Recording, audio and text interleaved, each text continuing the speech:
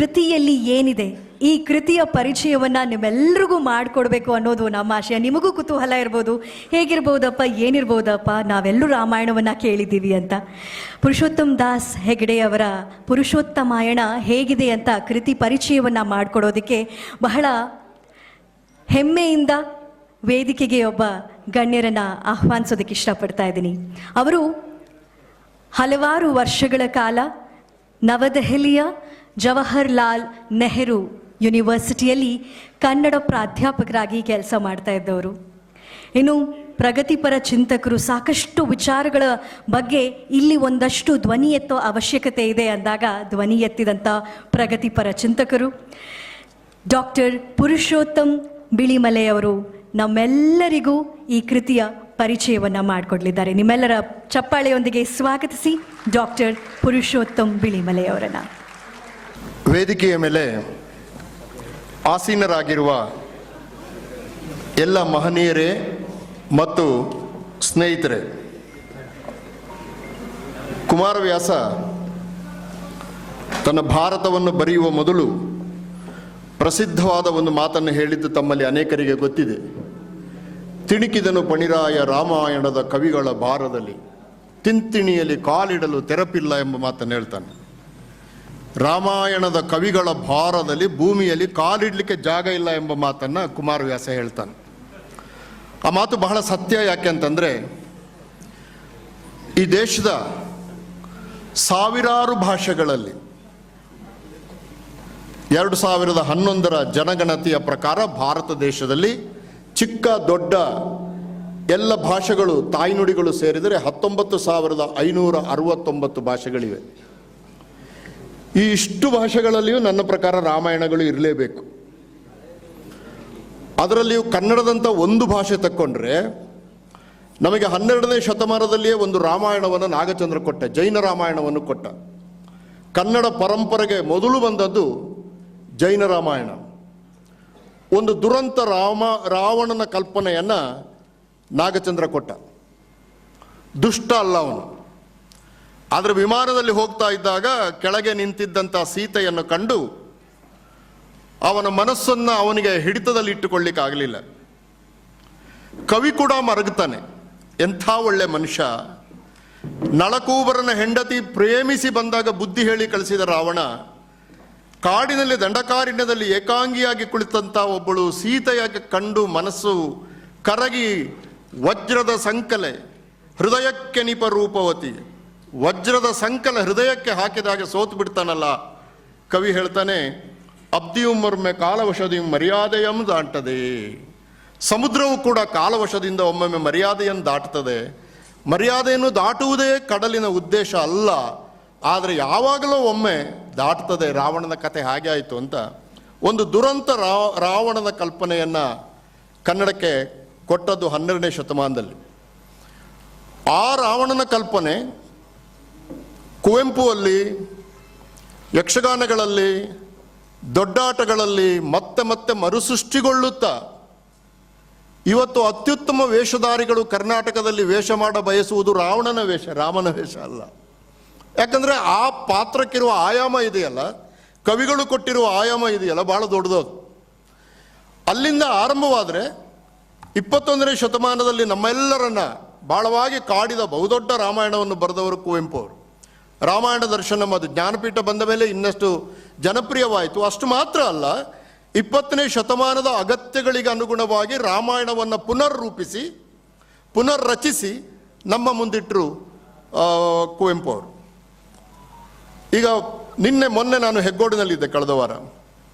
ಅಲ್ಲಿ ವಾಲಿ ಸುಗ್ರೀವ ತಾಳಮದ್ದಲೆ ನಡೆಯಿತು. ಭಾಳ ಅದ್ಭುತವಾದ ತಾಳಮದ್ದಲೆ ಅದು. ರಾಮ ಮರದ ಅಡ್ಡದಲ್ಲಿ ನಿಂತು ವಾಲಿಗೆ ಬಾಣ ಹೊಡೆದದು ಸರಿಯೋ ತಪ್ಪೋ ಎಂಬ ಜಿಜ್ಞಾಸೆ ಆ ತಾಳಮದ್ದಲೆ ಕೊನೆಯಲ್ಲಿ ಹೇಳಿದರು. ಈ ಜಿಜ್ಞಾಸೆ ಇನ್ನೂ ಕೂಡ ಮುಂದುವರಿತದೆ. ರಾಮ ಇದು ಇಲ್ಲಿಗೆ ನಿಲ್ಲುವುದಿಲ್ಲ, ನಾನು ಕಣ್ಣು ಮುಚ್ಚುತ್ತೇನೆ, ಆದರೆ ಚರ್ಚೆ ಕಣ್ಣು ಮುಚ್ಚುವುದಿಲ್ಲ ಅಂತೇಳಿ ವಾಲಿ ಕಣ್ಣು ಮುಚ್ಚಿದ. ನಿಜ ಅದು. ನನಗೆ ಭಾರಿ ಖುಷಿ ಆಯಿತು. ಕರೆಕ್ಟ್, ಒಂದು ವಾದವನ್ನು ಹೆಂಗೆ ತಗೊಂಡು ಹೋಗ್ತಾ ಇದ್ದಾರೆ ಮುಂದೆ ಅಂತ. ಈಗ ಏನು ಮಾಡಬೇಕು? ರಾಮ ಹೇಳ್ತಾನೆ, ಲೇ ನೀನು ಕೋತಿ ಕಣೆಯ, ಕೋತಿಗೆ ಯಾರಾದರೂ ಎದುರು ಬಂದು ಬಾಣ ಹೊಡಿತಾರ, ನಾವು ಮರದ ಅಡ್ಡದಿಂದಲೇ ಹೊಡೆಯುವುದು ಅಂತ ರಾಮನ ವಾದ. ಅಲ್ಲೇ ನೀನು ಹಾಗಾದ್ರೆ ನನ್ನ ಕೋತಿ ಅಂತಲೇ ನೀನು ಮಾತಾಡೋದಾದ್ರೆ ನೀನು ಭಾವಿಸೋದಾದ್ರೆ ನನ್ನ ಹತ್ರ ಇಷ್ಟೊತ್ತು ಮಾತಾಡೋದು ಯಾಕೆ ನೀನು ಅಂತ ವಾಲಿ ಹೇಳೋದು. ಕೋತಿ ಅಲ್ವಾ ನೀನು, ಕೋತಿಯ ಮಾಂಸ ತಿಂತೀಯ. ಇದು ಮುಗಿಯಲಾರದಂಥ ಒಂದು ವಾದ ಇದು. ಕುವೆಂಪು ಏನು ಮಾಡ್ತಾರೆ ನೋಡಿ, ಕುವೆಂಪಿಗೆ ಅರ್ಥ ಆಯ್ತು ಇದು, ರಾಮ ತಪ್ಪು ಮಾಡಿದ್ದಾನೆ ಅಂತ ಗೊತ್ತಾಯಿತು. ಆದ್ದರಿಂದ ವಾದದ ಕೊನೆಯಲ್ಲಿ ಕುವೆಂಪು ಹೇಳ್ತಾರೆ, ಮನ್ನಿಸೆನ್ನಂ ಮಹಾವೀರ. ಎಷ್ಟು ದೊಡ್ಡ ಮಾತು. ಹೇಗೆ ರಾವಣನ ಒಂದು ಕಲ್ಪನೆಗೆ ರಾಗಚಂದ್ರ ಒಂದು ಆಯಾಮವನ್ನು ಕೊಡ್ತಾನೋ, ಕುವೆಂಪು ವಾಲಿಗೆ ಅಂತ ಒಂದು ಆಯಾಮವನ್ನು ಕೊಡ್ತಾನೆ, ಮನ್ನಿಸೆನ್ನಂ ಮಹಾವೀರ. ಭಾಳ ದೊಡ್ಡ ಮಾತು. ದೊಡ್ಡವರು ಮಾತ್ರ ತಪ್ಪನ್ನು ಒಪ್ಪಿಕೊಳ್ತಾರೆ, ಈ ಮೂರ್ಖರು ಒಪ್ಪಿಕೊಳ್ಳೋದೇ ಇಲ್ಲ. ಅದೇ ನಮ್ಮ ಸಮಸ್ಯೆ, ವರ್ತಮಾನದ ಸಮಸ್ಯೆ. ಆಮೇಲೆ ಒಳ್ಳೆಯದೋ ಕೆಟ್ಟದೋ ಬೇರೆ, ಇವ್ಯಾಲ್ಯೂಯೇಷನ್ನ ಪ್ರಶ್ನೆ ಅಲ್ಲ. ಮತ್ತೆ ರಾಮಾಯಣಗಳು ಬರೀತಲೇ ಇದ್ದಾವೆ. ಶ್ರೀಮಾನ್ ಮೊಯ್ಲಿ ಅವರು ರಾಮ ಮಹಾನ್ವೇಷಣಂ ಅಂತ ಒಂದು ಬರೆದು, ಭಾಳ ದೊಡ್ಡ ಕೃತಿ.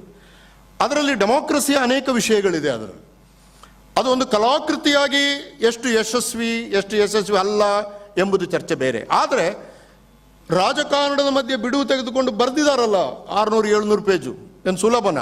ನಮ್ಮ ರಾಜಕಾರಣಿಗಳ 5 ನಿಮಿಷ ಸಿಗೋದಿಲ್ಲ. ರೇವಣ್ಣನವರು ಇಲ್ಲಿದ್ದಾರೆ, ಅವರು ಭಾಳ ಬ್ಯುಸಿ ಇರ್ತಾರೆ ಅವರು. ಅದರ ನಡುವೆ ಮೊಯ್ಲಿ, ನಾನು ಕೇಳಿದೆ ಒಂದು ದಿವಸ ಅವ್ರ ಹತ್ರ, ಅಲ್ಲ ಸರ್ ನೀವು ಮಂತ್ರಿಗಳು, ಕೇಂದ್ರ ಮಂತ್ರಿಗಳು, ಕಾನೂನು ಮಂತ್ರಿಗಳು ರಾಮಾಯಣ ಬರ್ಕೊಂಡು ಕೂತ್ರೆ ಹೆಂಗೆ, ದೇಶ ಉದ್ಧಾರ ಆಗೋದು ಹೆಂಗೆ ಅಂತ. ಅವ್ರು ಹೇಳಿದ್ರು, ಇಲ್ಲ ನನ್ನ ಆಫೀಸ್ ಕೆಲಸ ನಾನು ಮಾಡ್ತೇನೆ, ನಾನು ಬೆಳಿಗ್ಗೆ 4 ಗಂಟೆಗೆ ಎದ್ದು 6 ಗಂಟೆವರೆಗೆ ನಾನು ರಾಮಾಯಣ ಬರೀತೇನೆ ಅಂತ ಹೇಳಿದರು. ಏನೇ ಇರಲಿ, ಒಬ್ಬ ರಾಜಕಾರಣಿ ಕೂಡ ರಾಮಾಯಣವನ್ನು ಬರೆದಿದ್ದಾನೆ ಎಂಬುದು ಅಷ್ಟೇ ನನ್ನ ಮುಖ್ಯ ಉದ್ದೇಶ. ಹೀಗೆ ಒಂದು ದೊಡ್ಡ ಪರಂಪರೆ ಇದೆಯಲ್ಲ ರಾಮಾಯಣ ಪರಂಪರೆಗೆ. ಆ ರಾಮಾಯಣ ಪರಂಪರೆಗೆ ಒಂದು ಹೊಸ ಸೇರ್ಪಡೆ ಪುರುಷೋತ್ತಮ ದಾಸ್ ಹೆಗ್ಗಡೆಯವರ ಪುರುಷೋತ್ತಮಾಯಣ. ಇದು ನನ್ನ ಪ್ರಕಾರ, ನಾನು ಆ ಪುಸ್ತಕವನ್ನು ಓದಿದ್ದೇನೆ. ನನ್ನ ಹತ್ರ ಈಗ ಯಾರೋ TV ಅವರು ಕೇಳಿದರು, ಸತ್ಯ ಹೇಳಿ ಸರ್ ನೀವು ಓದಿದ್ದೀರಾ ಅಂತ. ನಾನು ಓದಿದ್ದೇನೆ, ಓದಿದ್ದು ಮಾತ್ರ ಅಲ್ಲ ಧ್ಯಾನಿಸಿ ಓದಿದ್ದೇನೆ ಅಂತ ಹೇಳಿದ್ದೇನೆ.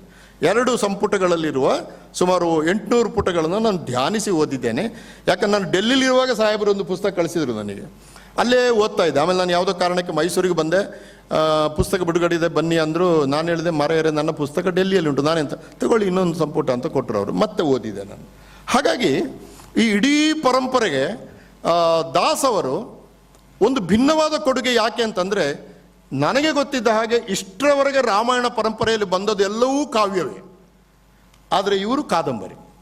ನೋಡಿ, ಇದು ವಿಶಿಷ್ಟ. ಅಂದರೆ ಒಂದು ಡಿವಿಯೇಷನ್ ಬಂತು ರಾಮಾಯಣ ಪರಂಪರೆಗೆ. ಗದ್ಯದಲ್ಲಿ ಒಂದು ಕಾದಂಬರಿಯನ್ನು ಬರೆಯುವ ಒಂದು ಪರಂಪರೆ ಸೇರಿಕೊಂಡದುಂಟಲ್ಲ, ಇದರ ಮೊದಲಿಗರು ಹೆಗ್ಗಡೆಯವರು. ಅದಕ್ಕೋಸ್ಕರ ನಾನು ಪುರುಷೋತ್ತಮ ಹೆಗ್ಗಡೆಯವರನ್ನು ಈ ಸಾಧನೆ ಮಾಡಿದ್ದಕ್ಕೆ ಒಬ್ಬ ಸಾಹಿತ್ಯದ ವಿದ್ಯಾರ್ಥಿಯಾಗಿ ಕನ್ನಡವನ್ನು ಕಳೆದ 45 ವರ್ಷದಿಂದ ಪಾಠ ಮಾಡಿದವನಾಗಿ ಅಭಿನಂದಿಸುವುದು ನನ್ನ ಕರ್ತವ್ಯ ಅಂತ ನಾನು ಭಾವಿಸಿದ್ದೇನೆ.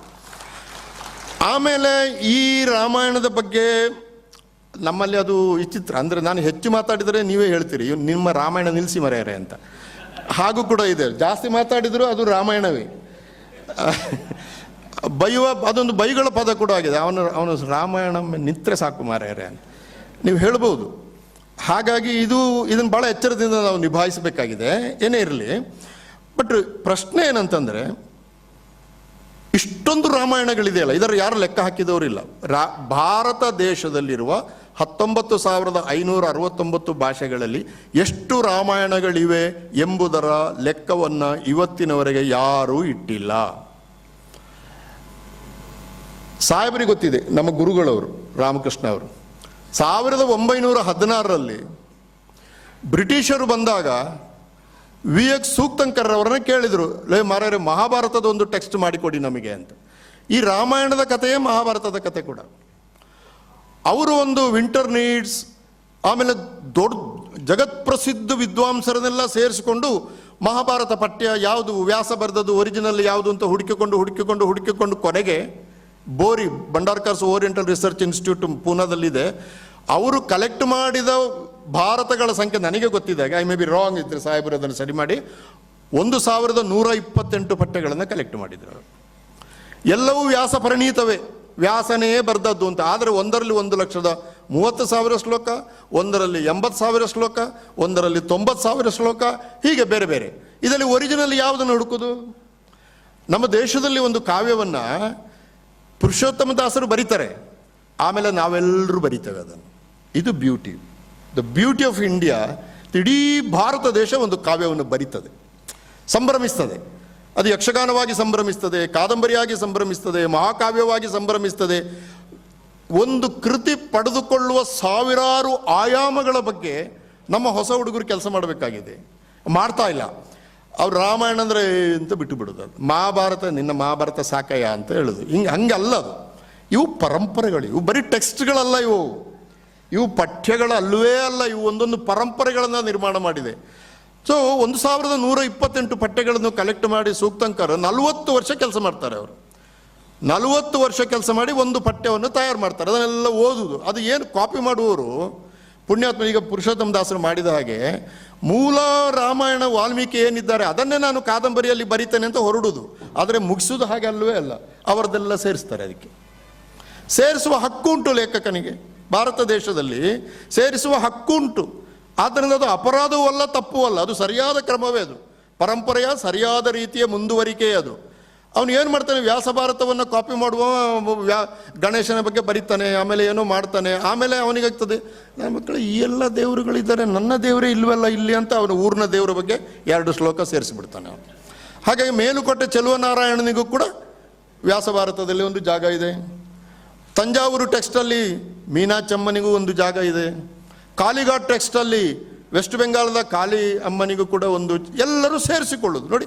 ಹಾಗೆ ಸೇರಿಸಿಕೊಳ್ಳಿಕ್ಕೆ ಅವಕಾಶ ಇರುವುದರಿಂದಲೇ ಆ ಕಾವ್ಯ ನಮ್ಮದಾಗುವುದು ಕೂಡ. ಅದು ಇಲ್ಲದ್ರೆ ದೂರ ಉಳಿದು ಬಿಡ್ತದೆ. ಅದು ದಾಸರು ಯಾಕೆ ಈ ಒಂದು ರಾಮಾಯಣವನ್ನು ನಮ್ಮದಾಗಿಸ್ತಾರೆ ಅಂತಂದರೆ, ನಮ್ಮ ಕಾಲದ ಅನೇಕ ವಾದ ವಿವಾದಗಳನ್ನು ರಾಮಾಯಣಕ್ಕೆ ಸೇರಿಸಿ ನಮ್ಮದನ್ನಾಗಿಸ್ತಾರೆ ಅವರು. ಇಲ್ಲದ್ರೆ ನಮ್ಮಿಂದ ಡಿಸ್ಟೆಂಟ್ ಆಗಿ ಉಳಿತದೆ. ಸೊ ಇದರಿಂದ ಆಮೇಲೆ ಅವರು ಭಾಳ ದೊಡ್ಡ ಬುದ್ಧಿವಂತ. ಸೂಕ್ತಂಕರ ಬಗ್ಗೆ ನಂಗೆ ತುಂಬ ಗೌರವ. ಯಾಕೆಂತಂದರೆ ಅವರು ಅದಕ್ಕೊಂದು ಪ್ರಸ್ತಾವನೆ ಬರೆಯುವಾಗ ಕೊನೆಯಲ್ಲಿ ಒಂದು ಮಾತು ಬರೀತಾರೆ ಅವರು, ಮಾರಾಯರೆ ನಾನು ಒಂದು 40 ವರ್ಷ ಕೆಲಸ ಮಾಡಿ 1128 ಪಠ್ಯಗಳನ್ನು ಕಲೆಕ್ಟ್ ಮಾಡಿ ಒಂದು ಪಠ್ಯವನ್ನು ತಯಾರು ಮಾಡಿದ್ದೇನೆ. ಇದು ಬಹುಶಃ ವ್ಯಾಸಂದು ಅಂತ ನಾನು ಹೇಳಬಹುದು, ಆದರೆ ಹೇಳುವ ಧೈರ್ಯ ಇಲ್ಲ ನನಗೆ. ಯಾಕೆಂತಂದರೆ ನಾನು ತಯಾರು ಮಾಡಿದ ಪಠ್ಯ 1129 ಅಂತ ನೀವು ತಿಳ್ಕೊಂಡ್ರೆ ಸಾಕು ಅಂತ ಹೇಳ್ತಾರೆ ಅವರು. ಅದು ಇನ್ನೊಂದು ಎಡಿಷನ್, ಅದು ಎಲ್ಲಿ ತಯಾರಾಯಿತು? ಬೋರಿಯರ್ ಬಂಡಾರ್ ಕಾರ್ಡ್ಸ್ ಓರಿಯೆಂಟಲ್ ಮ್ಯಾನುಸ್ಕ್ರಿಪ್ಟ್ ಲೈಬ್ರರಿಲಿ ತಯಾರಾಯಿತು ಅಂತ. ಸೊ ಹೀಗೆ ಪಠ್ಯಗಳನ್ನು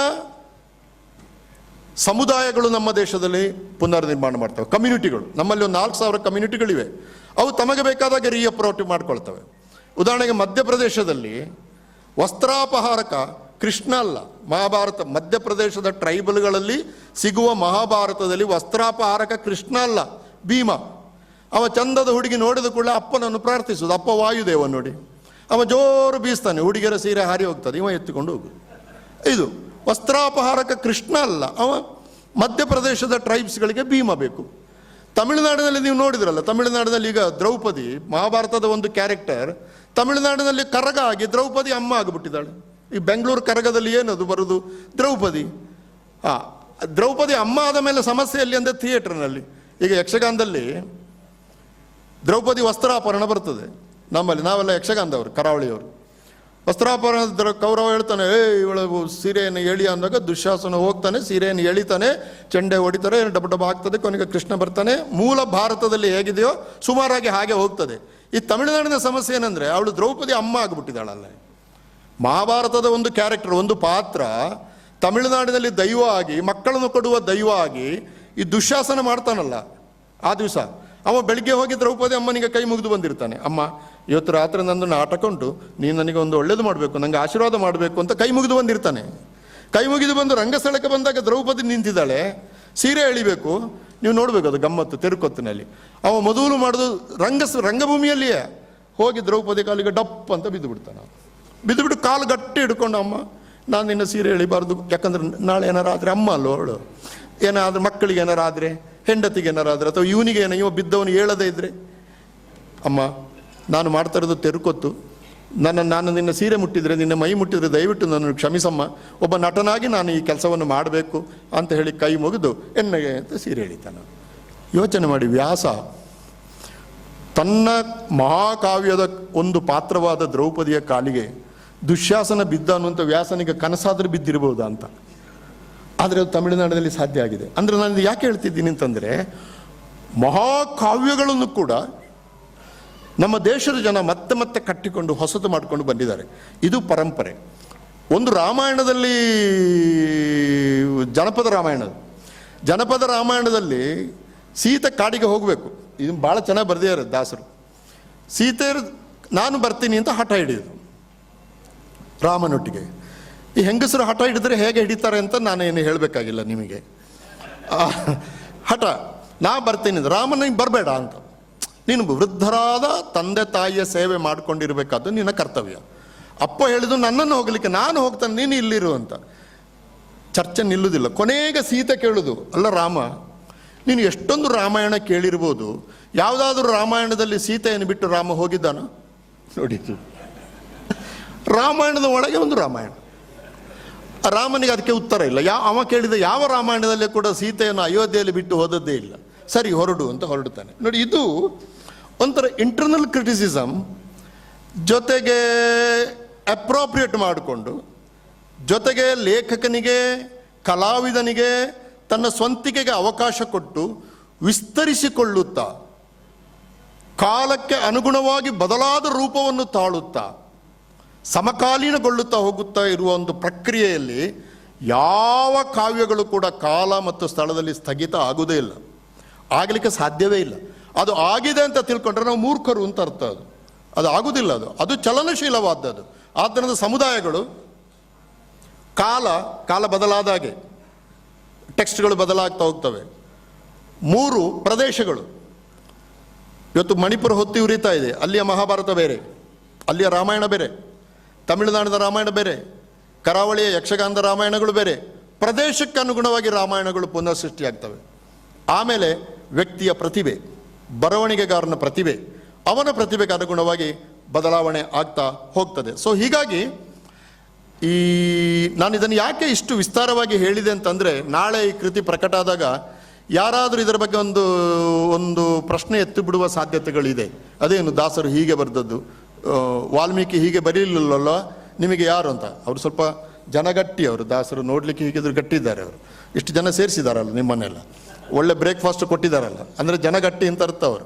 ಹಾಗಾಗಿ ಅವರು ಇಂಥದಕ್ಕೆಲ್ಲ ಹೆದರುವ ಮನುಷ್ಯ ಅಲ್ಲ ಅಂತ ಗೊತ್ತುಂಟು ನನಗೆ. ಆದರೂ ನೋಡಿ, ಏಕೆ ರಾಮಾನುಜನ್ ಬರೆದ 300 ರಾಮಾಯಣವನ್ನು ಡೆಲ್ಲಿ ಯೂನಿವರ್ಸಿಟಿಯಲ್ಲಿ ಟೆಕ್ಸ್ಟ್ ಮಾಡಿದಾಗ ABP ಅವರು ಅದನ್ನು ತೆಗೆಸಿದ್ರು ಗಲಾಟೆ ಮಾಡಿ.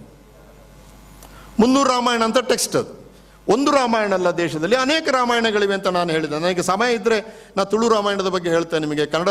ತುಳು ರಾಮಾಯಣದಲ್ಲಿ ರಾಮಾಯಣದ ಹೆಸರೇ ಕಾಗೆ ಹೊಡೆದವರಿಗೆ ಮಗಳು ಅಂತ. ನೋಡಿ, ಜನಕ ರಾಜನ ತಪಸ್ಸು ಮಾಡುವ ಅವನ ಮನೆ ಎದುರು 2 ಮರ, ಆ ಮರದಲ್ಲಿ ಕಾಗೆ ಕಾ ಅಂತ ಹೇಳಿದ್ರು. ಇವ ಮುನಿ ತಪಸ್ಸು ಮಾಡಲಿಕ್ಕೆ ಕೂತಾಗ ಅದು ಕೂಗುದು ಕಾಗೆ. ಇವ ಮುನಿ ಹೊಡಿವಾಗಿಲ್ಲ ಇವನು, ಅದಕ್ಕೆ ಅವನು ಒಂದು ಪ್ರಕಟಣೆ ಹೊಡಿಸ್ಬಿಡ್ತಾನೆ, ಯಾರಾದರೂ ಕಾಗೆಯನ್ನು ಹೊಡಿದರೆ ಅವರಿಗೆ ನನ್ನ ಮಗಳನ್ನು ಕೊಡ್ತೇನೆ ಅಂತ. ಎಷ್ಟು ಸುಲಭ ನೋಡಿ. ಹೌದು, ಈ ರಾಮಲಕ್ಷ್ಮಣರು ಬೇಟೆಗೆ ಬಂದವರಲ್ಲಿ ಲಕ್ಷ್ಮಣ ಹೋಗಿ ಹೊಡೆದು ಬಿಟ್ಟ. ಹೊಡೆದು ಕಾಗೆ ಬಿತ್ತು. ಜನಕ್ಕೆ ಹೇಳಿದ ತಗೋ ನನ್ನ ಮಗಳನ್ನು ಅಂತ. ಲಕ್ಷ್ಮಣ ಹೇಳ್ತಾನೆ, ಅಯ್ಯ ಅದೆಲ್ಲ ನನ್ನ ಅಣ್ಣ ಇದ್ದಾನೆ, ಅಣ್ಣ ಇದ್ದರೆ ಕಾಗೆ ಹೊಡಿಲಿಕ್ಕೆ ಅಣ್ಣನನ್ನು ಕಳಿಸಬೇಕಾಗಿತ್ತು, ನೀನು ಯಾಕೆ ಹೊಡೆದದ್ದು ಅಂತ. ಕೊನೆಗೆ ಜಗಳ ಆಗಿ ನೀನೇ ತಗೊಂಡು ಹೋಗ್ಬೇಕಂದು ಜನಕ, ನಾನು ಮದುವೆ ಆಗೋದಿಲ್ಲ ಅಂತ ಅವನು. ಕೊನೆಗೆ ಅವನು ಕೈ ಜೋಡಿಸಿ ಸೀತೆಯನ್ನು ಕರ್ಕೊಂಡು ರಾಮನಿಗೆ ಕೊಟ್ಟು, ಅದು ಮಧ್ಯೆ ದಾರಿಯಲ್ಲಿ ಏನೋ ನಡೀತದೆ. ಭಾಳ ಅದ್ಭುತವಾದ ಕಥೆ ಅದು. ತುಳುನಲ್ಲಿರೋದು. ಒಂದು ದಲಿತ ಮಹಿಳೆ ಹೇಳಿದ್ದು, ನಾನು 1984ರಲ್ಲಿ ಸಾಕ್ಷರತೆಗೆ ಕೆಲಸ ಮಾಡ್ತಾ ಇದ್ದಾಗ ಒಬ್ಬಳು ದಲಿತ ಮಹಿಳೆ ಹೇಳಿದ ಕತೆ ನನಗೆ ಆಶ್ಚರ್ಯ. ಈ ರಾಮಾಯಣ ದಲಿತ ಮಹಿಳೆಗೆ ಹೆಂಗೆ ಬಂತು? ಈ ದಲಿತರಿಗೆ ಸಂಸ್ಕೃತ ಇವೆಲ್ಲ ನಿಷಿದ್ಧ, ಊರಿನ ಹೊರಗಡೆ ಇರುವವರು. ಆದರೆ ಅವರಲ್ಲಿ ಒಂದು ರಾಮಾಯಣ ಇದೆಯಲ್ಲ, ನಾನು ಈಗ ಹೇಳಿದ ರಾಮಾಯಣ. ಕೊನೆಗೆ ಅವನು ರಾಮನ ಹತ್ರ ಹೋಗ್ತಾನೆ. ಅದೇನೇನೆಲ್ಲ ಕತೆ ಭಾಳ ಅದ್ಭುತವಾಗಿದೆ. ಇರಲಿ ಅದು. ಹೀಗೆ ಎಲ್ಲ ಭಾಷೆಗಳಲ್ಲಿಯೂ ಕೂಡ ಈ ಥರದ ಕಥೆಗಳಿದ್ದಾಗ ಈ ಮಲ್ಟಿಪಲ್ ರಾಮಾಯಣದ ಬಗ್ಗೆ ಒಂದು ಲೇಖನವನ್ನು ಏಕೆ ರಾಮಾನುಜನ್ ಭಾಳ ಚೆನ್ನಾಗಿ ಬರೆದಿರೋದು. ಅದಕ್ಕಿಂತ ಚೆನ್ನಾಗಿ ನಮ್ಮ ಸಾಹೇಬರು ಬರೆದಿದ್ದಾರೆ. ಆದರೆ ಅವರು ಇಂಗ್ಲೀಷಲ್ಲಿ ಬರೆದು ಶಿಕಾಗೋ ಯೂನಿವರ್ಸಿಟಿಲಿ ಇದ್ದದರಿಂದ ಸಹಜವಾಗಿ ಅವರಿಗೆ ಅಂತಾರಾಷ್ಟ್ರೀಯವಾದಂಥ ಒಂದು ಮನ್ನಣೆ ಸಹಜವಾಗಿ ಪ್ರಾಪ್ತಿಸಿತು. ಅದು ತಪ್ಪು ಅಲ್ಲ, ಅಪರಾಧವೂ ಕೂಡ ಅಲ್ಲ ಅದು. ಆದರೆ ಅದನ್ನು ಡೆಲ್ಲಿ ಯೂನಿವರ್ಸಿಟಿಲಿ ಟೆಕ್ಸ್ಟ್ ಮಾಡಿದಾಗ ABP ಅವರು ಗಲಾಟೆ ಮಾಡಿದರು. ಒಂದೇ ಟೆಕ್ಸ್ಟ್ ಇರೋದು ನಮ್ಮಲ್ಲಿ, ವಾಲ್ಮೀಕಿ ರಾಮಾಯಣ, ಇದೆಲ್ಲ ಎಂಥದ್ದು ನೀವು ಹೇಳೋದು ತೆಗಿರಿ. ದೊಡ್ಡ ಗಲಾಟೆಯಾಗಿ board of studies Delhi university ತೆಗಿಬೇಕಾಯ್ತು ಅದನ್ನು. ಇವತ್ತು ರಾಮಾಯಣ ಟೆಕ್ಸ್ಟ್ ಆಗಿ ಉಳಿದಿಲ್ಲ. ಡೆಲ್ಲಿ ಯೂನಿವರ್ಸಿಟಿ ಅಂತ ಒಂದು ಅತ್ಯಂತ ಪ್ರತಿಷ್ಠೆ ಯೂನಿವರ್ಸಿಟಿಯಲ್ಲೇ ಅದು ಉಳಿದಿಲ್ಲ. ಅಂದರೆ ಯೋಚನೆ ಮಾಡಿ ಎಲ್ಲಿವರೆಗೆ ತಲುಪಿದ್ದೀವಿ ನಾವು. ಅನೇಕ ರಾಮಾಯಣಗಳನ್ನು, ಅನೇಕ ಮಹಾಭಾರತಗಳನ್ನು ಕಟ್ಟಿ ನಮ್ಮ ಭಾಷೆಯಲ್ಲಿ, ನಮ್ಮ ಸಂಸ್ಕೃತಿಯಲ್ಲಿ ಉಳಿಸಿಕೊಂಡು ಬೆಳೆಸಿಕೊಂಡು ನಂಬಿಕೊಂಡು ಬಂದ ನಮಗೆ ಇವತ್ತು ನಾವು ಕಟ್ಟಿಕೊಂಡು ಬಂದ ಪರಂಪರೆಯ ಮೇಲೆ ಹಕ್ಕಿಲ್ಲ. ವಾಲ್ಮೀಕಿ ಬರೆದದ್ದು, ವಾಲ್ಮೀಕಿ ನಾನು ಆಗ ಹೇಳಿದಾಗೆ ವ್ಯಾಸ ಬರೆದ ಒರಿಜಿನಲ್ ಟೆಕ್ಸ್ಟ್ ಯಾವುದು ಅಂತ ಹೆಂಗೆ ಹೇಳೋದು? ಬಟ್ ಮಹಾಭಾರತಕ್ಕೆ ಹೋಲಿಸಿದರೆ ವಾಲ್ಮೀಕಿಯ ಟೆಕ್ಸ್ಟ್ ಭಾಳ ಅದ್ಭುತವಾದ ಟೆಕ್ಸ್ಟನ್ನು ಎಡಿಟ್ ಮಾಡಿದ್ದಾರೆ ಮತ್ತು ಅದರ ಬಗ್ಗೆ ಹೆಚ್ಚು ಕಾಂಟ್ರವರ್ಸಿಗಳು ಆಗಲಿಲ್ಲ. ಸೊ ಏನೇ ಇರಲಿ, ನಾನು ಹೇಳೋದು ಯಾಕೆ ಅಂತಂದರೆ, ಈ ಥರ ಬದಲಾವಣೆ ಮಾಡಿಕೊಂಡು ಬರೆಯುವ ಅಧಿಕಾರ ಒಬ್ಬ ಲೇಖಕನಿಗೆ ಇದೆ ಎಂಬುದನ್ನು ನಾವೆಲ್ಲರೂ ಗಟ್ಟಿಯಾಗಿ ಹೇಳದೆ ಹೋದರೆ ಪುರುಷೋತ್ತಮ್ ದಾಸ್ ಇನ್ನೊಂದು ಮಹಾಭಾರತ ಬರೀಲಾರರು. ಅಂಥ ಒಂದು ಕಾಲಘಟ್ಟದಲ್ಲಿ ನಾವು ಇದ್ದೇವೆ ಈಗ. ಇದು ನಮಗಿರಬೇಕಾದಂಥ ಒಂದು ರಾಜಕೀಯ ಎಚ್ಚರ, ನಮಗಿರಬೇಕಾದಂಥ ಒಂದು ಸಾಹಿತ್ಯಿಕ ಎಚ್ಚರ, ನಮಗೆ ಇರಬೇಕಾದಂಥ ಒಂದು ಸಾಮಾಜಿಕ ನೈತಿಕ ಜವಾಬ್ದಾರಿ ಕೂಡ. ಅದು ಲೇಖಕನನ್ನು ಹಾಗೆ ಬಿಟ್ಟು ಬಿಡುವಂಗಿಲ್ಲ ನಾವು. ಇವತ್ತು ಅಟ್ಯಾಕ್ ಮಾಡ್ತಾರೆ, ಟ್ರೋಲ್ ಮಾಡ್ತಾರೆ, ಬಾಯಿ ಬಂದಾಗ ಬೈತಾರೆ. ನಿಂಗೆ ಈ ಅಧಿಕಾರ ಯಾರು ಕೊಟ್ಟದ್ದು ಅಂತ, ಈ ಕೇಳುವ ಅಧಿಕಾರ ನಿನಗೆ ಯಾರು ಕೊಟ್ಟದ್ದು ಅಂತ ನಾವು ಕೇಳಬೇಕು ಅಲ್ವಾ? ನಿನಗೆ ಯಾರು ಕೊಟ್ಟದ್ದು ಇದು? ಈ ಅಧಿಕಾರವನ್ನು ನಿನಗೆ ಯಾರು ಕೊಟ್ಟದ್ದು? ನನ್ನನ್ನು ಕೇಳುವ ಅಧಿಕಾರವನ್ನು ನಿನಗೆ ಯಾರು ಕೊಟ್ಟದ್ದು? ನೀನು ಸ್ವಯಂ ಘೋಷಿತನಾ? ನೀನೇ ಅಧಿಕಾರವನ್ನು ನಿನ್ನ ಕೈಗೆ ತಕ್ಕೊಂಡಿಯಾ? ಹಾಗಾದರೆ ಆ ಅಧಿಕಾರವನ್ನು ನಾನು ಕೂಡ ತಗೊಳ್ತೇನೆ. ಸೊ ನನ್ನ ಎರಡನೇ ಪ್ರಶ್ನೆ, ಮಲ್ಟಿಪಲ್ ನಾನು ಅಷ್ಟು ಹೇಳಿದ್ದು ಯಾಕೆಂತಂದರೆ, ನಾಳೆ ಅವ್ರು ಯಾರಾದರೂ ಹೇಳುವಾಗ ನೀವು ಸಹ ಹೌದು ಮರ ಅದು ದಾಸರು ಹಾಗೆ ಬರೀವಾರದಿತ್ತು ಅಂತ ಹೇಳಿದರೆ ಮುಗೀತು ಕತೆ. ಈ ವೈಚಾರಿಕ ಎಚ್ಚರ ನಮ್ಮ ಪ್ರತಿಯೊಬ್ಬರಲ್ಲಿ ಇರಬೇಕು. ಇದನ್ನು ಹೇಳುವುದಕ್ಕೆ ನಾನು ಡೆಲ್ಲಿಯಿಂದ ಬಂದಿದ್ದೇನೆ. ಬಿಟ್ಟು ಬಿಡಬಾರದು ನಾವು ಲೇಖಕರನ್ನ. ಪುಸ್ತಕವನ್ನು ಓದಿ, ಬದಲಾವಣೆ ಮಾಡುವ ಅಧಿಕಾರ ಲೇಖಕನಿಗೆ ಇದೆ. ದ್ರೌಪದಿಯ ಕಾಲಿಗೆ ಬೀಳುವ ಅಧಿಕಾರ ದುಶ್ಯಾಸನನಿಗೆ ಇದೆ. ವಸ್ತ್ರಾಪರಣವನ್ನು ಕೃಷ್ಣನಿಂದ ಕಿತ್ತುಕೊಂಡು ತಾನು ವಸ್ತ್ರಾಪರಣ ಮಾಡುವ ಅಧಿಕಾರ ಭೀಮನಿಗೆ ಇದೆ ಈ ಸಂಸ್ಕೃತಿಯಲ್ಲಿ. ನೀವು ಯಾರು ಕೇಳೋದಕ್ಕೆ ಇದನ್ನು ಅಧ್ಯಯನ ಮಾಡದೆ? ಈ ಪ್ರಶ್ನೆಯನ್ನು ಕೇಳುವ ಧೈರ್ಯವನ್ನು ದಯವಿಟ್ಟು ಬೆಳೆಸಿಕೊಳ್ಳೋಣ. ಬೆಳೆಸಿಕೊಂಡು ನಮ್ಮ ಅತ್ಯಮೂಲ್ಯವಾದ ಕಾದಂಬರಿಯನ್ನು ಕೊಟ್ಟಂಥ ಪುರುಷೋತ್ತಮ ಹೆಗಡೆ ಅವರಿಗೆ ಬೆಂಬಲವಾಗಿ ನಿಲ್ಲಬೇಕು. ಇದು ನಂದು ರಾಜಕೀಯ ಸ್ಟೇಟ್ಮೆಂಟು, ಸಾಹಿತ್ಯಿಕ ಸ್ಟೇಟ್ಮೆಂಟ್ ಅಲ್ಲ ಇದು. ಆದರೆ I wanted to make it. ಯಾಕಂದರೆ ಇವತ್ತು ಲೇಖಕ ಅಂಥ ಒಂದು ಪರಿಸ್ಥಿತಿಯಲ್ಲಿ ಇದ್ದಾನೆ ಎಂಬುದನ್ನು ನಾವು ಮರಿಬಾರದು. ಈಗ ನಾನು ಅದರ ವಿಷಯಕ್ಕೆ ಬರ್ತೇನೆ. ಇದು ಕಾದಂಬರಿ ಎಂಬುದನ್ನು ನಾನು ಈಗಾಗಲೇ ಹೇಳಿದೆ. ಕಾದಂಬರಿ ಅಂತ ಹೇಳಿದಾಗ ಅದು ಗದ್ಯದಲ್ಲಿ ಇದೆ ಎಂಬುದು ಒಂದು. ಅದನ್ನು ನಾನು ಹೆಚ್ಚು ವಿಸ್ತಾರವಾಗಿ ಆಧುನಿಕ ಸಾಹಿತ್ಯ ವಿಮರ್ಶೆಗೆ ತಗೊಂಡೋಗೋದಿಲ್ಲ. ಆದರೆ ಒಂದು ನಮ್ಮಲ್ಲಿ ಒಂದು ಎಚ್ಚರ ಏನಿರಬೇಕು ಅಂತಂದರೆ, ಒಂದು ರಾಮಾಯಣ ಮಹಾಭಾರತದಂಥ ಒಂದು ಕಾವ್ಯವನ್ನು ಅಥವಾ ಪಂಪಭಾರತವನ್ನು ಅಥವಾ ಕುಮಾರವ್ಯಾಸ ಭಾರತವನ್ನು ಅಥವಾ ಕುವೆಂಪು ರಾಮಾಯಣ ದರ್ಶನವನ್ನು ಅಥವಾ ಬೇಂದ್ರೆ ಕಾವ್ಯವನ್ನು ನಾವು ಓದುವಾಗ ನಾವದನ್ನು ವೈಜ್ಞಾನಿಕವಾಗಿ ನೋಡುವುದು ಒಂದು ಕ್ರಮ. ಆದರೆ ಅದುವೇ ಸರಿಯಾದ ಕ್ರಮ ಎಂಬ ವಾದಕ್ಕೆ ನಾವು ಕೂಡ ಬೀಳಬಾರ್ದು. ನಾವು ಅದು ಇವರದೊಂದು ವಾದ, ಅದು ಅವರು ಆ ಕಾದಂಬರಿ ರೂಪದಲ್ಲಿ ಬರೆದಿದ್ದಾರೆ, ನಾನು ಈಗಾಗಲೇ ಅದನ್ನು ಸಮರ್ಥಿಸಿಕೊಂಡಿದ್ದಾನೆ. ಆದರೆ ಬೇರೆಯವರು ಬರೆದದ್ದು ತಪ್ಪು, ಬೇರೆ ರೀತಿಯಲ್ಲಿ ಬರೆದದ್ದು ತಪ್ಪು ಅಂತ ಅವರನ್ನು ಹೀಗಳಿಸುವಂಥ ಕೆಲಸವನ್ನು ಸಾಹಿತ್ಯದ ಓದುಗರಾದ ನಾನು ಮಾಡಲ್ಲ. ನೀವು ಲೀಲಾವತಿ ಪ್ರಬಂಧದಲ್ಲಿ ನೇಮಿಚಂದ್ರ ಒಂದು ಮಾತು ಹೇಳ್ತಾನೆ, ಕಟ್ಟುಗೆ ಕಟ್ಟದಿರಿಕೆ ಕಡಲ ಕಪಿ ಸಂತತಿ. ಕಪಿಗಳು ಕಡಲಿಗೆ ಸೇತುವೆಯನ್ನ ಕಟ್ಟಿದ್ರೋ ಕಟ್ಟಲಿಲ್ವೋ, ಮುಟ್ಟುಗೆ ಅದು ಏನು ನಭಮಂ ವಾಮನ ಕ್ರಮಂ. ಈ ವಾಮನ ಭೂಮಿಯನ್ನು ಅಳೆಯುವಾಗ ಒಂದು ಕಾಲದಿಂದ ಭೂಮಿಯನ್ನು ಒಂದು ಕಾಲದಿಂದ ಆಕಾಶವನ್ನು ಅಳೆದನೋ ಅಳಿಲಿಲ್ವೋ. ನರನಂ ಅರ್ಜುನ ಶಿವನಂ ಕೆಳಕ್ಕೆ ಹಾಕಿ ಅವನ ಗಂಟಲಿಗೆ ಕಾಲಲ್ಲಿ ಮೆಟ್ಟಿದನೋ ಇಲ್ವೋ. ಕವಿ ಬಂದದೊಳು ಕಟ್ಟಿದರಲ್ತೆ. ಎಂಥ ಮಾತು! ಕವಿ ಬಂದದೊಳು ಕಟ್ಟಿದರಲ್ತೆ, ಕವಿಗಳು ಕಟ್ಟಿದ್ರಲ್ವೇ ಅಂತ ಹೇಳೋದು ನೋಡಿ. ಇದು ಕನ್ನಡಿಗರ ಸಾಹಿತ್ಯಿಕ ವಿವೇಚನೆಗೆ ಮಾಡಿದ ಅತ್ಯಂತ ಸುಂದರವಾದ ವ್ಯಾಖ್ಯಾನ. 21ನೇ ಶತಮಾನದಲ್ಲಿ ನಾವು ಎದುರಿಸುವ ಅನೇಕ ಸಾಹಿತ್ಯಿಕ ಪ್ರಶ್ನೆ, ಯಾಕಂದರೆ ಇದು BJP ಅವರಿಗೆ ಮತ್ತು RSSನವರಿಗೆ ಅರ್ಥವೇ ಆಗುವುದಿಲ್ಲ. ಇದು ಅವರು ವಾನರರು ಸೇತುವೆ ಕಟ್ಟಿದ್ದಾರೆ ಅಂತ ಹೇಳಿದರೆ ಆ ವಾನರರು ಎಷ್ಟು ದೊಡ್ಡದಿದ್ರು ಮತ್ತು ಆ ಬಂಡೆ ಎಷ್ಟು ಭಾರ ಇತ್ತು ಅಂತ ಅದನ್ನು ವೈಜ್ಞಾನಿಕವಾಗಿಯೇ ನೋಡೋದು ವಿನ ಕವಿ ಬಂದದೊಳು ಕಟ್ಟಿದರಂತೆ ಎಂಬುದು ಅವರಿಗೆ ಅರ್ಥ ಆಗೋದಿಲ್ಲ. ಹೇಳಿದರೆ ಹೊಡಿಲಿಕ್ಕೆ ಬರ್ತಾರೆ ನಮಗೆ, ನೀವೆಂತ ಮಾತಾಡೋದು ಅಂತ. ಇದರ ಬಗ್ಗೆ ಮಹಾ PhDಗಳೆಲ್ಲ ಆಗ್ತಾ ಇವೆ. ಗಣಪತಿಯ ತಲೆ ಅದು ಪ್ಲಾಸ್ಟಿಕ್ ಸರ್ಜರಿ ಅಂತ ನಮ್ಮ ಸನ್ಮಾನ್ಯ ಪ್ರಧಾನಮಂತ್ರಿಗಳೇ ವಿಜ್ಞಾನಿಗಳ ಸಮಾವೇಶದಲ್ಲಿ ಹೇಳಿದರು. ಅವರು ಹೇಳೋದು ಹೋಗಲಿ, ವಿಜ್ಞಾನಿಗಳು ತಪ್ಪಳೆ ಸಹ ಹುಟ್ಟಿದ್ರು. ಇಂಥ ಒಂದು ದೇಶದಲ್ಲಿ ಇದ್ದೇವೆ ನಾವು. ಆದ್ದರಿಂದ ಕವಿ ಬಂದದೊಳು ಕಟ್ಟು, ಅದನ್ನು ಕವಿನಾಂ ಬ್ರಹ್ಮಂ ವದಂತಿ ಅಲ್ವ ಏನು ಸರ್? ಕವಿನಾಂ ಬ್ರಹ್ಮಂ, ಬ್ರಹ್ಮ ಒಂದು ಸೃಷ್ಟಿ ಮಾಡಿದ ನಾವು. ಇನ್ನೊಂದು ಬ್ರಹ್ಮ ನೋಡಿ, ಪುರುಷೋತ್ತಮ ದಾಸರು ಇಲ್ಲಿದ್ದಾರೆ, ಭಾಷೆಯಲ್ಲಿ ಸೃಷ್ಟಿ ಮಾಡುವರು ಅವರು. ಹೊಸತನ್ನು ಸೃಷ್ಟಿ ಮಾಡುವವರು. ಹೊಸತನ್ನು ಸೃಷ್ಟಿ ಮಾಡುವ ಅಧಿಕಾರ ಅವರಿಗಿದೆ. ಭಾಷೆಯನ್ನು ಮುರಿದು, ನಾವು ನೀವು ಮಾತಾಡುವಂಥ ಭಾಷೆ ಏನಿದೆ ಅದನ್ನು ಮುರಿದು, ಮಹಾಭಾರತವನ್ನು ಚೂರು ಮಾಡಿ, ರಾಮಾಯಣವನ್ನು ಚೂರು ಮಾಡಿ, ಶಿವಪುರಾಣವನ್ನು ಓದಿ, ವಿಷ್ಣು ಪುರಾಣವನ್ನು ಚೂರು ಮಾಡಿ, ಎಲ್ಲವನ್ನ ಸೇರಿಸಿ ಕೊನೆಗೆ ಒಂದು ಹೊಸ ಕಟ್ಟಡವನ್ನು ಕಟ್ಟುವುದು. ಇದು ಕವಿಯ ಕೆಲಸ. ಆ ಕವಿಯ ಕೆಲಸಕ್ಕೆ ನಮಸ್ಕಾರ, ನಾವು ಗೌರವಿಸಬೇಕಾದದ್ದು. ಆದ್ದರಿಂದ ಕವಿಗಳು ದೊಡ್ಡವರು ಎಂಬುದನ್ನು ಸಂಸ್ಕೃತ ಕಾವ್ಯ ಮೀಮಾಂಸೆ ಮತ್ತೆ ಮತ್ತೆ ಮತ್ತೆ ಮತ್ತೆ ಹೇಳ್ಕೊಂಡು ಬಂದಿದೆ, ಮತ್ತೆ ಹೇಳ್ಕೊಂಡಿದ್ದು. ಭವಭೂತಿ ಅಂತೂ ಒಂದು ಮಾತು ಹೇಳ್ತಾನೆ, ನಾನೊಂದು ಕಾವ್ಯ ಬರೆದಿದ್ದೇನೆ, ಇದನ್ನು ಯಾರು ಓದ್ತಾರೋ ಗೊತ್ತಿಲ್ಲ ನನಗೆ. ವಿಪುಲಾಚ ಪೃಥ್ವಿ, ಈ ಭೂಮಿ ಬಹಳ ವಿಶಾಲವಾಗಿದೆ. ಕಾಲೋ ನಿರವಧಿ, ಕಾಲಕ್ಕೆ ಅವಧಿಯೇ ಇಲ್ಲ, ಮುಗಿಯುವುದೇ ಇಲ್ಲ ಅದು. ಕಾಲೋ ನಿರವಧಿ ವಿಪುಲಾಚ ಪೃಥ್ವಿ, ಪೃಥ್ವಿ ಬಹಳ ವಿಶಾಲವಾಗಿದೆ, ನನ್ನ ಕೃತಿಯನ್ನು ಓದುವ ಒಂದು ದಿವಸ ಬರ್ತಾನೆ ಅಂತ. ಎಂಥ ಮಾತು! ದಾಸರು ಇದನ್ನು ಇಟ್ಕೊಳ್ಬೇಕು. ನೀವೀಗ ನನಗೆ ಗೊತ್ತುಂಟು, ಸುಮಾರು ಜನಕ್ಕೆ ಕಾಂಪ್ಲಿಮೆಂಟ್ರಿ ಕೊಟ್ಟು ತಕ್ಕೊಳ್ಳುವವರು ಕಡಿಮೆ, ಓದುವವರು ಇನ್ನೂ ಕಡಿಮೆ.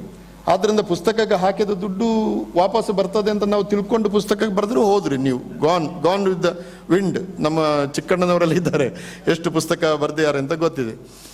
ಹಾಗಾಗಿ ಆದರೆ ಎಂದೋ ಒಂದು ದಿವಸ ಓದುವ, ಇದರ ಬಗ್ಗೆ ಚರ್ಚೆ ಮಾಡುವವ, ಇದರ ಬಗ್ಗೆ ಸಂಶೋಧನೆ ಮಾಡುವವ 2023ನೇ ಇಸವಿ ಜುಲೈ ತಿಂಗಳಲ್ಲಿ ಒಂದು ಪುಸ್ತಕವನ್ನು ಬರೆದು ಬಿಡುಗಡೆ ಮಾಡಿದ್ದಾನೆ ಎಂಬುದು ಚರಿತ್ರೆಯಲ್ಲಿ ದಾಖಲಾಗ್ತದೆ. ಇದನ್ನು ನಾವು ಮರಿಬಾರದು. ಆದ್ದರಿಂದ ಕವಿಗಳು ಕಟ್ಟುವುದಿದೆಯಲ್ಲ, ಆ ಕಟ್ಟುಗೆಯ ಬಗ್ಗೆ ನಾವು ಸಂಶಯಗಳನ್ನು ಪ್ರಕಟಿಸಬಹುದು. ಅದರ ಬಂಧದ ಬಗ್ಗೆ ಪ್ರಶ್ನೆಯನ್ನು, ಅದನ್ನು ನಾವು ಒಪ್ಪದೆ ಬೇರೆ ಥರ ಕಟ್ಟಬಹುದು. ಹಾಗೆ ನಾವು ಹೊಸದನ್ನು ಕಟ್ಟಿದ ಕೂಡಲೇ ಹಳತು ಅರ್ಥಹೀನ ಅಂತ ಆಗುವುದಿಲ್ಲ. ಅದಕ್ಕೆ ಅದರ ಬೆಲೆ ಇದ್ದೇ ಇರ್ತದೆ, ಇದಕ್ಕೆ ಇದರ ಬೆಲೆ ಇದ್ದೇ ಇರ್ತದೆ. ಇದು ಸಾಹಿತ್ಯ ವಿಮರ್ಶೆಯಲ್ಲಿ ನಾವು ಅನುಸರಿಸಿಕೊಂಡು ಬರುತ್ತಿರುವ ಅಥವಾ ಇನ್ನೊಬ್ಬನ ಸೃಜನಶೀಲತೆಯನ್ನು ಗೌರವಿಸಿಕೊಂಡು ಬರುತ್ತಿರುವಂಥ ಕೆಲಸ. ಸೊ ಇವರು ಏನು ಮಾಡಿದ್ದಾರೆ ಅಂದರೆ, ಆ ಇಡೀ ಕಾದಂಬರಿಯನ್ನು, ರಾಮಾಯಣವನ್ನು ಒಂದು ಚಾರಿತ್ರಿಕ ಚೌಕಟ್ಟಿನಲ್ಲಿ ಇಟ್ಟು ನೋಡಿದ್ದಾರೆ. ನಾನು ಇಡೀ ರಾಮಾಯಣದ ಕಥೆ ಹೇಳುವುದಿಲ್ಲ, ಯಾಕಂದರೆ ನಾನು ಆಗಲೇ ಹೇಳಿದಾಗ ನಿನ್ನ ರಾಮಾಯಣ ಸಾಕು ಅಂತ ಹೇಳಲಿಕ್ಕೆ ಮೊದಲು ನಾನು ಕೂತ್ಕೊಳ್ತೇನೆ. ಚಾರಿತ್ರಿಕ ಚೌಕಟ್ಟು ಅಂದರೆ, ಈಗ ನಮ್ಮಲ್ಲಿ ನಡೆಯುವ ಬಹಳ ದೊಡ್ಡ ಡಿಬೇಟ್, ಈಗಲ್ಲ ಭಾಳ ಸಮಯದಿಂದಲೂ ಕೂಡ, ವಲಸಿಗರು ಮತ್ತು ಮೂಲ ನಿವಾಸಿಗಳು. ಈ ದೇಶದ ಮೂಲ ನಿವಾಸಿಗಳು ಯಾರು, ಈ ದೇಶಕ್ಕೆ ಹೊರಗಿಂದ ಬಂದವರು ಯಾರು ಬಂದರು, ಯಾವಾಗ ಬಂದರು, ನಾನು ಅದರ ವಿವರಕ್ಕೆ ಹೋಗುವುದಿಲ್ಲ. ಕೆಲವರು ನಾವು ಹೊರಗಿಂದ ಬಂದೇ ಇಲ್ಲ, ನಾವು ಇಲ್ಲೇ ಇದ್ದೇವೆ ಅಂತ ಸಾಧಿಸಲಿಕ್ಕೆ ಭಾರೀ ಹೊಣಚಾಡಿ ಸೋತು ಕೈ ಚೆಲ್ಲಿ ಕೂತಿದ್ದಾರೆ. ಈಗ ನನ್ನ ಸಮಸ್ಯೆ, ನಾನು ಡೆಲ್ಲಿಯಿಂದ ಬಂದಿದ್ದೇನೆ ಅಂತ ಹೇಳಲಿಕ್ಕೆ ನನಗೆ ಯಾಕಪ್ಪ ನಾಚಿಕೆ ಆಗಬೇಕು? ಒಳ್ಳೆ ಕಥೆ ಆಯ್ತಲ್ಲ. ನಾನು ಡೆಲ್ಲಿಲಿ ಹೋಗಿ ಕೂತು ನಾನು ಹೇಳ್ತೇನೆ, ನಾನು ಐ ಆಮ್ ಫ್ರಮ್ ಕರ್ನಾಟಕ ಅಂತ ಹೇಳ್ತೇನೆ, ಏನು ಪ್ರಾಬ್ಲಮ್? ನಾನು ಮಿಡ್ಲ್ ಈಸ್ಟಿಂದ ಬಂದು ಭಾರತದಲ್ಲಿ ಕೂತಿದ್ದೇನೆ ಅಂತ ಹೇಳಲಿಕ್ಕೆ ಏನು ತೊಂದರೆ ಅಂತ ಹೇಳುದು. ನಾನು ಇಲ್ಲಿಯೇ ಹುಟ್ಟಿದ್ದು, ಇಲ್ಲಿಯೇ ಬೆಳೆದದ್ದು ಅಂತ ವಾದ ಮಾಡೋರಿದ್ದಾರಲ್ಲ, ಈ ಮೂಲಭೂತ, ಇದು ಒಂಥರ ರೋಗ, ಇದು ಮೂಲವ್ಯಾಧಿಗಳು. ಈ ಮೂಲವ್ಯಾಧಿಗಳಿಗೆ ಚರಿತ್ರೆ ಅರ್ಥ ಆಗಲ್ಲ. ಹೊರಗಿಂದ ಬಂದಿದ್ದೇವೆ ಅಂತ ಯಾರಾದರೂ ಹೇಳಿದರೆ, ಹೌದು ಬಂದಿದ್ದೇವೆ, ನಿಂಗೇನು ಸಮಸ್ಯೆ ಅಂತ ಕೇಳಬೇಕು ಅವನು, ಅಷ್ಟೇ. ಬಂದಿದ್ದಾರೆ ಮಿಡ್ಲ್ ಈಸ್ಟಿಂದ, ಇರಾನಿಂದ, ನಮ್ಮ ಪಾಣಿನಿ ಆ ಕಡೆಯವನೇ, ಸಂಸ್ಕೃತಕ್ಕೆ ಭಾಳ ದೊಡ್ಡ ವ್ಯಾಕರಣ ಬರೆದವರು. ನಾವು ತಿಳಿದದಕ್ಕಿಂತ ಹೆಚ್ಚು ಮೂವ್ಮೆಂಟ್ ಇತ್ತು ಹಿಂದಿನ ಕಾಲಘಟ್ಟದಲ್ಲಿ. ನಮ್ಮ ಮೂವ್ಮೆಂಟ್ ಈಗ ಕಡಿಮೆ. ನಾವು ವಿಮಾನ ಸಿಕ್ಕಿದ್ರೆ ಮಾತ್ರ ಮೂವ್ ಆಗುವವರು, ಹಿಂದೆ ವಿಮಾನವೇ ಇರಲಿಲ್ಲ. ಮೂವ್ ಆಗ್ತಾಯಿದ್ರು ಜನ, ಮೂಲದಿಂದ ಮೂಲೆಗೆ ಮೂವ್ ಆಗ್ತಾಯಿದ್ರು. ಮಹಾಭಾರತ ಯುದ್ಧದಲ್ಲಿ ಒಂದು ಉಲ್ಲೇಖ ಬರ್ತದೆ, ಕುರುಕ್ಷೇತ್ರದಲ್ಲಿ ನಡೆದ ಯುದ್ಧದಲ್ಲಿ ಕರ್ನಾಟಕದವರು ಪಾಲ್ಗೊಂಡಿದ್ರು ಅಂತ. ನನಗೆ ಭಾರಿ ಖುಷಿ ಆಯಿತು. ಆಮೇಲೆ ಸ್ವಲ್ಪ ಕುತೂಹಲವೂ ಆಯಿತು. ಕುರುಕ್ಷೇತ್ರ ಯುದ್ಧಕ್ಕೆ ಹೋಗಿದ್ದಾರೆ ಕರ್ನಾಟಕದಿಂದ ಪುಣ್ಯಾತ್ಮರು. ಯಾರ ಪಕ್ಷಕ್ಕೆ ಹೋಗಿದ್ದಾರೆ ಇವರು ಅಂತ. ಪಾಂಡವರ ಪಕ್ಷಕ್ಕೆ ಹೋಗಿದ್ದಾರೋ ಕೌರವರ ಪಕ್ಷಕ್ಕೆ ಹೋಗಿದ್ದಾರೋ ಅಂತ. ಮತ್ತೆ ಒಂದು ಅಂದಾಜು ಮಾಡಿದೆ, ಇಷ್ಟು ದೂರದಿಂದ ಹೋಗಿ ಅಲ್ಲಿ ಟೆಂಟ್ ಹಾಕಿರ್ಬೇಕಾದ್ರೆ ಸ್ವಲ್ಪ ಊಟ ತಿಂಡಿ ಸರಿ ಕೊಡುವವರೇ ಆಗಬೇಕು. ಈ ಪಾಂಡವರ ಹತ್ರ ಏನಿರಲಿಲ್ಲ. ಆದ್ದರಿಂದ ಒಂದು ಬಹುಮಟ್ಟಿಗೆ ಕೌರವರ ಹತ್ರನೇ ಹೋಗಿರ್ಬೇಕು, ಯಾಕಂದ್ರೆ ಒಂದು ಟೆಂಟು, ಊಟ, ತಿಂಡಿ ಎಲ್ಲ ಕೊಡ್ತಾ ಇದ್ದ. ನೋಡಿ, ಆ ಶಲ್ಯ ಅವ ಅಫ್ಘಾನಿಸ್ತಾನದವ. ಅವ ಯುದ್ಧದ ಸಂದರ್ಭದಲ್ಲಿ ನಾನು ಅಳಿಯರ ಕಡೆ ಹೋಗುವುದು ಅಂತ ಪಾಂಡವರ ಕಡೆ ಬಂದ. ಕೌರವ ಮಧ್ಯ ದಾರಿಯಲ್ಲಿ ಒಂದು ಒಳ್ಳೆ ಊಟ ಹಾಕಿದ ಅವನಿಗೆ. ಶಲ್ಯನಿಗೆ ಭಾರಿ ಖುಷಿ ಆಯಿತು, ಇಷ್ಟು ಒಳ್ಳೆ ಊಟ ಹಾಕಿದವ ಯಾರು, ನಾನು ಅವರ ಪರವಾಗಿ ಹೋರಾಡ್ತೇನೆ ಅಂತ ಕೌರವನ ಕಡೆ ಬಂದ. ಯಾರು ಊಟ ಕೊಟ್ಟರೋ ಅವರ ಕಡೆ ಕೆಲಸ ಮಾಡೋದು ಒಂದು ದೊಡ್ಡ ಚರಿತ್ರೆ. ಅದೇ ಒಂದು ಚರಿತ್ರೆ ಈಗಲೂ ಇದೆ. ಅದು ಹಿಂದೆ ಎಲ್ಲ ಸುವರ್ಣ ಯುಗ, ಮಣ್ಣು ಯುಗ ಎಲ್ಲ ಹೇಳುವಾಗ ಇದೆಲ್ಲ ಗೊತ್ತಿರಬೇಕು ನಮಗೆ, ಸಣ್ಣ ಸಣ್ಣ ವಿಷಯಗಳು. ಅಂದರೆ ನಾವೇನು ಭಾಳ ಮುಂದೆ ಹೋಗಿಲ್ಲ, ಭಾಳ ಹಿಂದೆನೂ ಹೋಗಿಲ್ಲ, ಹಾಗೆ ಇದ್ದೀವಿ ನಾವು. ಸೊ ಇದು ಏನಾಗ್ತದೆ ಅಂತಂದರೆ, ಚಲನೆ. ಈ ಚಲನೆಯಲ್ಲಿ ಪುರುಷೋತ್ತಮ ಹೆಗಡೆ ಅವರು ಇದನ್ನು, ನನಗೆ ಆಶ್ಚರ್ಯ ಆಗೋದು, ಅವರು ಆಮೇಲೆ ಹೇಳ್ಯಾರು, ಲೇಖಕರ ಮಾತಿನಲ್ಲಿ ಹೇಳ್ಯಾರು, ಎಷ್ಟು ಓದಿದಿರ್ಬೋದು ಈ ಪುಸ್ತಕ ಬರೀಲಿಕ್ಕೆ ಪುರುಷೋತ್ತಮ ದಾಸರು ಎಷ್ಟು ಓದಿರ್ಬೋದು ಅಂತ ಊಹಿಸಿದಾಗ ನನಗೆ ದಿಗ್ಭ್ರಮೆ ಆಗ್ತದೆ. ನನಗೆ ಗೊತ್ತಿದ್ದ ಹಾಗೆ ಅಂದರೆ ಈ ಪುಸ್ತಕದ ಮೂಲಕ ಅಂತ ತಿಳ್ಕೊಂಡು ವಾಲ್ಮೀಕಿ ರಾಮಾಯಣ ಓದಿದ್ದಾರೆ, ಶಿವಪುರಾಣ ಓದಿದ್ದಾರೆ, ವಿಷ್ಣು ಪುರಾಣ ಓದಿದ್ದಾರೆ, ಭಾಗವತ ಓದಿದ್ದಾರೆ. ಈ ವಲಸೆ, ಮೂಲ ನಿವಾಸಿ, ಇವುಗಳ ಬಗೆಗಿನ ಆಂಥ್ರೋಪಾಲಜಿಕಲ್ ಆದಂಥ ಮಾಹಿತಿಗಳನ್ನು ಭಾಳ ಕಷ್ಟಪಟ್ಟು ಕಲೆಕ್ಟ್ ಮಾಡಿದ್ದಾರೆ. ಅಂತಂದರೆ ಭಾರತದ ಸುಮಾರು ಕ್ರಿಸ್ತ ಶಕಪೂರ್ವ 10ನೇ ಶತಮಾನದಷ್ಟು ಹಿಂದಿನಿಂದ ಈ ಚರಿತ್ರೆಯನ್ನು ಅಭ್ಯಾಸ ಮಾಡಿದ್ದಾರೆ. ಇದು ರಿಟರ್ನ್ ಡಾಕ್ಯುಮೆಂಟ್ಸ್, ಇದು ಎಲ್ಲ ನಮ್ಮಲ್ಲಿ ಈಗ ಆಗಿರೋದು. ಇದು ಅಲ್ಲದೆ ನನಗೆ ವೈಯಕ್ತಿಕವಾಗಿ ಖುಷಿಯಾದ್ದು, ಜನಪದ ಲೋಕಕ್ಕೂ ಕೈ ಹಾಕಿದ್ದಾರೆ ಅವರು. ಈ ಜನಪದದ ಬೇರೆ ನೆರೇಷನ್ಗಳಿರ್ತವೆ, ಅದರಿಂದಲೂ ಕೂಡ ಮಾಹಿತಿಗಳನ್ನು ತಕ್ಕೊಂಡಿದ್ದಾರೆ. ನಾಟಕಗಳಿಂದ ಮಾಹಿತಿಗಳನ್ನು ತಕ್ಕೊಂಡಿದ್ದಾರೆ, ಗೊಂಬೆಯಾಟಗಳಿಂದ ನಾಟಕಗಳನ್ನು ತಕ್ಕೊಂಡಿದ್ದಾರೆ, ಕೆಲವು ಶಿಲ್ಪಗಳನ್ನು ಅಧ್ಯಯನ ಮಾಡಿದ್ದಾರೆ. ಹಾಗಾಗಿ ಇದು ಒಂದು ರಾಮಾಯಣ ಅಂತ ಹೇಳಿದಾಗ ಬರೀ ರಾಮಾಯಣ ಮಾತ್ರ ಅಲ್ಲ, ಇದು ಭಾರತದ ಚರಿತ್ರೆ ಕೂಡ ಹೌದು. ಇದು ಭಾರತ ದೇಶದ ಸುದೀರ್ಘವಾದ ಚರಿತ್ರೆ ಕೂಡ ಹೌದು. ಆ ಚರಿತ್ರೆಯನ್ನು ಅವರು ರಾಮಾಯಣದ ಮೂಲಕ ಹೇಳುವ ಪ್ರಯತ್ನವನ್ನು ಮಾಡಿರುವುದನ್ನು ನೀವು ಅವರ ಪುರುಷೋತ್ತಮಾಯಣದ ಒಂದೊಂದು ಪುಟಗಳಲ್ಲಿ ಕೂಡ ನೋಡ್ಬೋದು ನೀವು. ಇಕ್ಷ್ವಾಕು ಅಂದರೆ ಯಾರು, ದಶರಥನ ಮದುವೆಯ ಕಥೆಗಳು ಏನು, ಸೀತೆ ಯಾಕೆ ಕಾಡಿನ ಜನಗಳ ಜೊತೆಗೆ ಹೆಚ್ಚು ವ್ಯವಹಾರ ಮಾಡ್ತಾರೆ, ಕೆಲವು ಪ್ರಶ್ನೆಗಳನ್ನು ಕೂಡ ಮಧ್ಯೆ ಮಧ್ಯೆ ಎತ್ತುತ್ತಾರೆ ಅವರು. ಭಾಳ ಬ್ಯೂಟಿಫುಲ್. ನಾನು ನೋಟ್ಸ್ ಮಾಡಿಕೊಂಡಾಗೆ ಸುಮಾರು 22 ಪ್ರಶ್ನೆಗಳನ್ನು ಎತ್ತಿದ್ದಾರೆ. ನಾನು ಅದನ್ನು ಹೇಳೋದಿಲ್ಲ ಅಂತ ನಿಮಗೆ ನಾನು ಪ್ರಾಮಿಸ್ ಕೊಡ್ತೀನಿ. ಆದರೆ ಒಂದು ಪ್ರಶ್ನೆಯನ್ನು ನಾನು ಎತ್ತುತ್ತೇನೆ, ಒಂದು ಪ್ರಶ್ನೆ ಅಥವಾ 2 ಪ್ರಶ್ನೆ.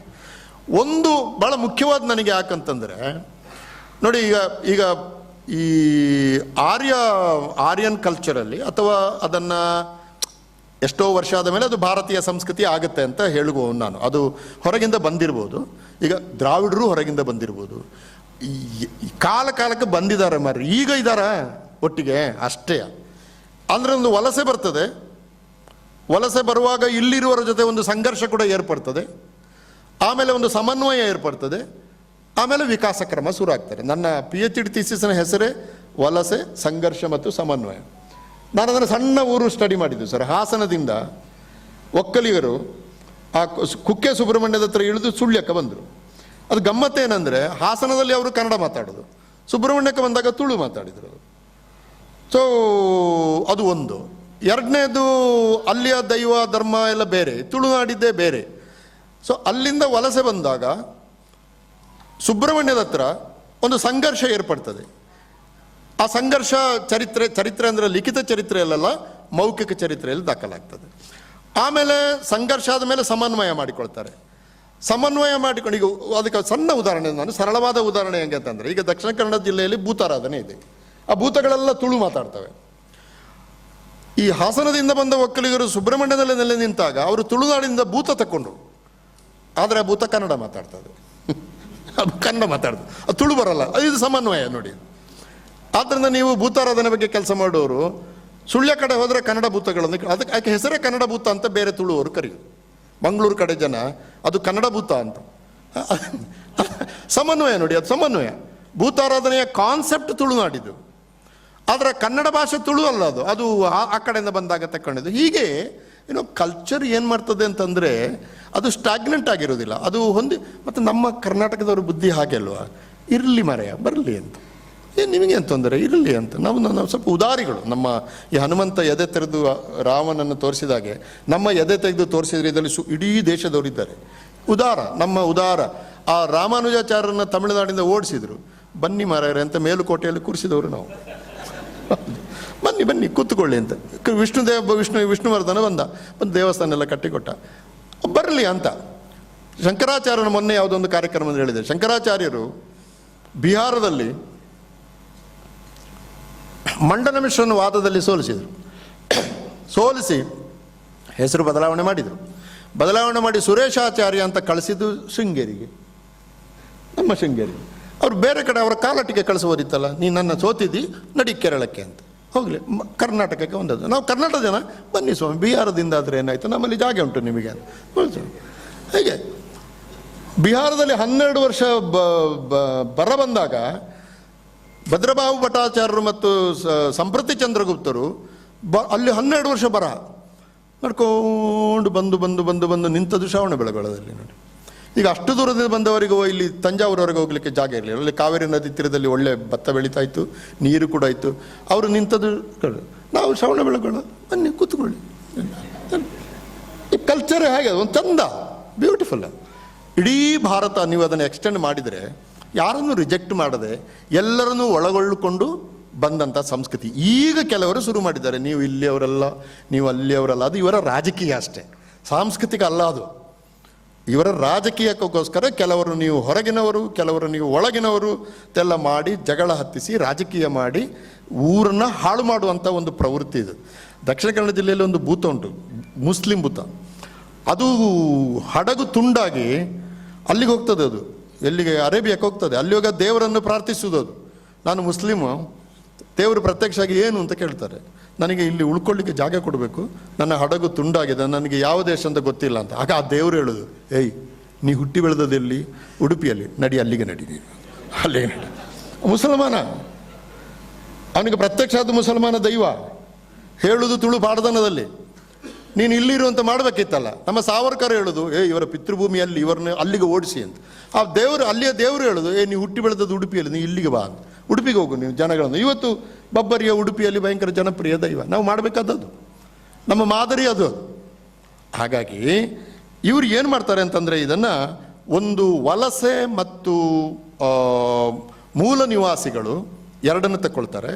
ಅದರ ಇಡೀ ರಾಮಾಯಣದ ಚೌಕಟ್ಟುಂಟಲ್ಲ, ವಲಸೆಗಾರರು ಮತ್ತು ಮೂಲ ನಿವಾಸಿಗಳ ನಡುವಿನ ಸಂಘರ್ಷ ಮತ್ತು ಸಮನ್ವಯ ಮತ್ತು ವಿಕಾಸ, ಇದನ್ನು ಕಥೆಯಾಗಿ ಅವರು ಕಟ್ಟುತ್ತಾರೆ.